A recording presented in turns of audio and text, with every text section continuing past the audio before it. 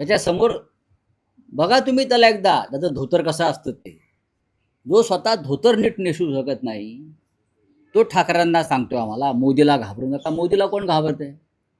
भीतीचा उल्लेख केला तर काल कोश्यारीने असं म्हटलं आहे की राज ठाकरे बहुधा जास्त मोदींना अरे त्याला नीट धोतर नेसता येत नाही रे, तो काय आम्हाला अक्कल शिकवतो? हा, त्याला नीट धोतर नेसता येत नाही स्वतःच. बघा ना तुम्ही, त्याच्यासमोर बघा तुम्ही त्याला एकदा, त्याचं धोतर कसं असतं ते.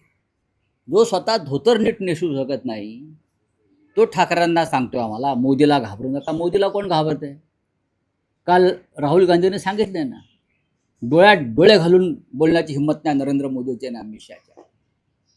गांधींचं भाषण सुरू असताना प्रधानमंत्री आणि अमित शहाने पार्लमेंटमधून पलायन केलं. ते आम्हाला सांगतात भीती.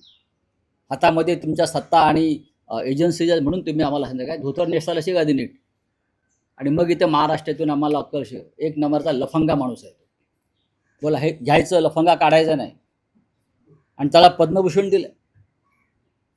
छत्रपती शिवाजी महाराजांचा अपमान करणारा, महात्मा फुल्यांचा अपमान करणारा हा माणूस, त्याला भारतीय जनता पक्षानं पद्मभूषण दिलं. हा बाळासाहेब ठाकरेंचा विचार नाही आहे मिस्टर फडणवीस, लक्षात घ्या. जोड्याने मारलं असतं त्याला पद्मभूषण देणाऱ्यांना बाळासाहेबांनी. चला.